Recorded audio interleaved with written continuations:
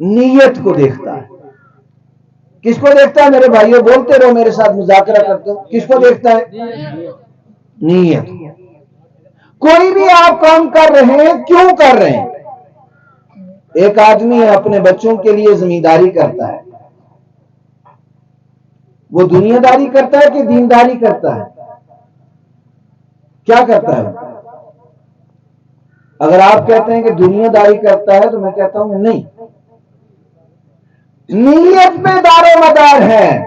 اگر زمیندار کی نیت یہ ہے کہ میں زمینداری اس لیے کر رہا ہوں کہ رزق حلال کما کر اپنی بیوی اپنے بچوں کو کھلا کر ان کو بڑا کر کے ان کو دین اسلام سکھاؤں گا، اللہ کی اطاعت اور اللہ کے رسول صلی اللہ علیہ وسلم کی فرما برداری سکھاؤں گا، تو میرے بھائیوں آپ بات سمجھو کہ وہ دین کا کام کرنا ہی عبادت نہیں ہے. یہ چیزیں پکڑ کا سبب بھی بن سکتی ہیں، اور وہ جس کو ہم دنیا کہتے ہیں یا جس کو دنیا دار کہتے ہیں وہ نجات کا سبب بن سکتا ہے. اب سوال یہ ہے کہ اس کا علاج اور اس کا حل کیا ہے؟ تو میں یہ بتانا چاہ رہا تھا آپ کو مین بات، اگر آپ کی اور میری سمجھ میں، اللہ کرے میری سمجھ میں بھی آ جائے، کہ اعمال سے پہلے سب سے اہم کام ہے نیت. کیا کام ہے؟ نیت. ہمیشہ اپنی نیتوں کو ہم درست رکھیں. آج میں اور آپ کیوں آئے؟ ہم اس لیے آئے ہیں، ہم سب نیت کریں کہ ہم اللہ کے دین کی باتیں سن کر انشاءاللہ اپنے اللہ کو راضی کریں گے. کیا کریں گے؟ ہم کس لیے بیٹھے ہیں؟ اپنے اللہ کی رضا کے لیے بیٹھے ہیں. دوسری نیت یہ کریں گے، ہم اس لیے بیٹھے ہیں کہ تاکہ ہماری نجات اور ہماری مغفرت ہو جائے. تیسرے ہم اس لیے بیٹھے ہیں کہ نجات اور مغفرت کے لیے ضروری ہے کہ ہم اللہ کی عظیم کتاب یعنی حافظ قرآن، جو بچے یہاں اس عظیم سرزمین کے اندر حافظ ہوئے ان کی حوصلہ افزائی کر کے اپنے اللہ کو راضی کریں. ہماری زندگی کے اندر چوتھی نیت یہ کریں کہ اس دور کہ انشاءاللہ ہم ان باتوں پر بھی عمل کریں گے. اور فرماتے ہیں کہ انسان جب کسی اچھے کام کو کرتا ہے تو اچھے کام پر دو چیزیں کرنی چاہیے. وینکینس بیٹ ایسی تھی، اللہ نے توفیق دے دی جلسے کرنے کی، جو انتظامیہ تھی انہوں نے کوششیں کی، جو کچھ بھی ہوا تو اس کے بعد جو ہے دو کام ضرور کرنے چاہیے. ایک تو اللہ کا شکر کرنا ہے کہ اللہ تبارک و تعالیٰ نے ہمیں توفیق دے دی، الحمدللہ پڑھنا ہے. اور اسی طریقے سے اس کار خیر پر استغفار بھی کرنا ہے کہ ہمیں جیسا کرنا چاہیے تھا ویسا نہیں کر پائے تو اس پر استغفار بھی پڑھنا ہے.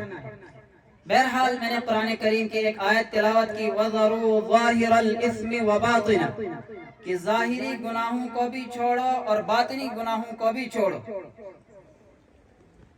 اس آیت کی تفسیر میں مفسرین نے لکھا ہے کہ انسان جو ہے جس طریقے سے ایک انسان ظاہری اعتبار سے بیمار ہوتا ہے، جسمانی اعتبار سے بیمار ہوتا ہے تو اس کو جو ہے علاج کی ضرورت پڑتی ہے، ڈاکٹر کے پاس جاتا ہے. اسی طریقے سے آدمی جو ہے روحانی اعتبار سے بھی بیمار ہوتا ہے، اور جب انسان جو ہے روحانی اعتبار سے بیمار ہوتا ہے تو اس کو بھی جو ہے روحانی علاج کی ضرورت ہوتی ہے. تو روحانی علاج کے لیے اسی طرح کی یہ مجلسیں ہوا کرتی ہیں. روحانی علاج کے لیے مفسرین نے بہت ساری چیزیں لکھی ہیں. میں نے جو ہے ایک حدیث پڑھی تھی، بادروا بالاعمال، کہ اعمال خیر کے اندر سبقت کرو. اور اس وقت کا زمانہ ایسا ہے، فرمایا کہ یصبح الرجل مؤمنا، حدیث پاک کے الفاظ ہیں کہ یصبح الرجل مؤمنا ویمسی کافرا، کہ آدمی جو ہے صبح گھر سے ایمان والا نکلتا ہے، شام کو جب جو ہے لوٹے گا ایسی دنیا طلبی ہوگی، ایسی جو ہے رشوت کا بازار بالکل عام ہوگا، اس طرح کی بے حیائی اور یانیت فحاشت جو ہے یہ ساری چیزیں ایسی عام ہوگی کہ شام کو جب یہ بندہ واپس لوٹے گا تو وہ ایمان سے بالکل خالی ہوگا. اور فرمایا کہ وَيُمْسِي مُؤْمِنًا وَيُصْبِحُ كَافِرًا، شام کو اپنے گھر جائے گا لیکن صبح جب اٹھے گا تو اس کا ایمان ختم ہو چکا ہوگا. کیا کیا حالات ہیں. اس لیے جو ہے اس آیت کی تفسیر میں لکھا ہے کہ جس طریقے سے انسان کو جسمانی اعتبار سے جو ہے علاج کی ضرورت ہے، اسی طریقے سے جو ہے روحانی اعتبار سے بھی انسان کو علاج کی ضرورت ہے۔ اور جب انسان معصیتوں کی زندگی گزارتا ہے، گناہوں کی زندگی گزارتا ہے، اس کا وبال جو آخرت میں ہونا ہے وہ تو ہونا ہی ہے، لیکن مفسرین نے جو ہے احادیث کے اندر، آیات کے اندر مفسرین نے اور جو ہے اس کی تفسیروں میں انہوں نے لکھا ہے، اور جو ہے احادیث کے اندر جو احادیثیں اس باب سے نسبت جو ہے رکھتی ہیں، اس تعلق سے جو ہے نسبت رکھتی ہیں، انہوں نے جو ہے اس کی تفاسیر میں لکھا ہے کہ انسان جب گناہ کی زندگی گزارتا ہے تو اس کا وبال جہاں آخرت میں ہوگا وہ تو ہونا ہی ہے، لیکن اس کا جو ہے فوری طور پر اثر زندگی کے اندر بھی پڑتا ہے۔ انسان جب گناہ کی زندگی گزارتا ہے، سب سے پہلے جو عذاب اس کو ملتا ہے، اس کے جو ہے رشتہ دار اس سے جو ہے کٹ جاتے ہیں، باغی ہو جاتے ہیں، اس کے رشتہ دار، اس کے بچے نافرمان بن جاتے ہیں، اس کے اولاد نافرمان ہو جاتے ہیں، اس کے اوپر جو ہے حالات آ جاتے ہیں۔ تو ظاہری گناہوں کو بھی اسی لیے اس آیت کے اندر لکھا ہے کہ ترک کر دو، باطنی گناہوں کو بھی ترک کر دو۔ ظاہری گناہوں سے کیا مراد ہے؟ انسان ظاہر سے گناہ کرتا ہے، آنکھ سے گناہ کیا انسان نے، یہ ظاہری گناہ ہے، اور آنکھ کا گناہ جو ہے اتنا بڑا گناہ لکھا ہے کہ انسان جب اس گناہ کے اندر شکار ہو جاتا ہے تو مرنے کے وقت اس کو کلمہ نصیب نہیں ہوتا ہے۔ ظاہری گناہوں سے مراد زبان کا گناہ ہے، جھوٹ ہے، چغلی ہے، اس طریقے سے بڑے بڑے گناہ جن کا تعلق انسان کے ظاہر سے ہے، غیبت ہے، اور باطنی گناہوں سے مراد جن کا تعلق انسان کے اندر سے ہے، حسد کرتا ہے، یہ باطنی گناہ ہے، کینہ رکھتا ہے، یہ باطنی گناہ ہے۔ تو میں کہہ رہا تھا کہ جس طریقے سے گناہوں کا اثر جو ہے آخرت کے ساتھ جو ہے اس کے اثرات ہوتے ہیں، تو دنیا پر بھی اس کے اثرات پڑتے ہیں۔ انسان کی روزی میں تنگی ہو جاتی ہے، انسان کی زندگی بے برکت والی زندگی بن جاتی ہے، بیماریوں کے اندر وہ مبتلا ہو جاتا ہے، حالات کے اندر وہ مبتلا ہو جاتا ہے، پریشانیوں کے اندر وہ بندہ مبتلا ہو جاتا ہے، اور پھر وہ کبھی جو ہے پیروں کے پاس جاتا ہے، کبھی کسی اور کے پاس جاتا ہے کہ نہیں جی میرے گھر کے اندر حالات ہیں، میرے بچے نافرمان ہو رہے ہیں، کچھ نہیں ہوتا ہے۔ وجہ یہ ہوتی ہے کہ تو اللہ کا باغی بن گیا ہے اور تیرے ماتحت جو ہے تیرے باغی بن گئے ہیں۔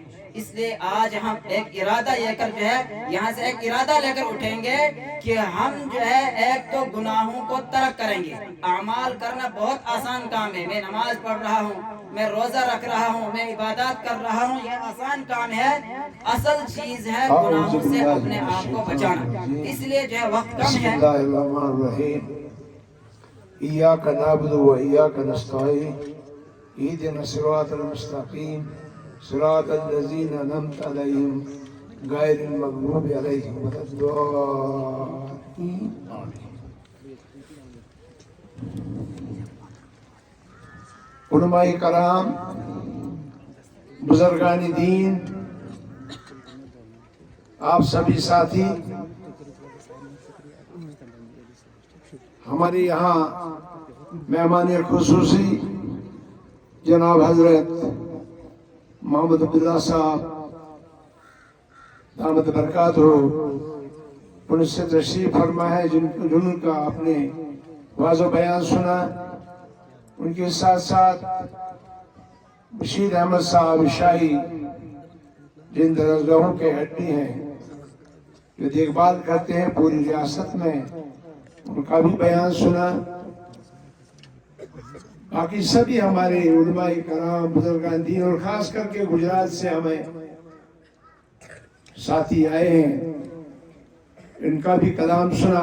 میں مبارکبادی پیش کرتا ہوں کہ یہ گجرات سے یہاں آئے اور مہاراشٹر میں رہتے ہیں۔ ہمیشہ گجرات اور مہاراشٹر کے لوگ کافی ہمارے درسگاہوں کی مدد کرتے ہیں۔ باقی ہمارے ساتھی یہاں سب جتنے بھی علماء کرام جو لوکل ہیں، میں سارا صحرا جو ہے ان کو دیتا ہوں، اللہ ان کو صحت کامل عطا کرے، عمر درازی عطا کرے۔ ابھی غلام احمد صاحب نے بتایا، یا مولانا رمضان صاحب نے، کہ سبوں نے مل جل کے اس علاقے کو جو روشناس کیا ہے، اس علاقے کو دینی طور پہ آگے بڑھایا ہے،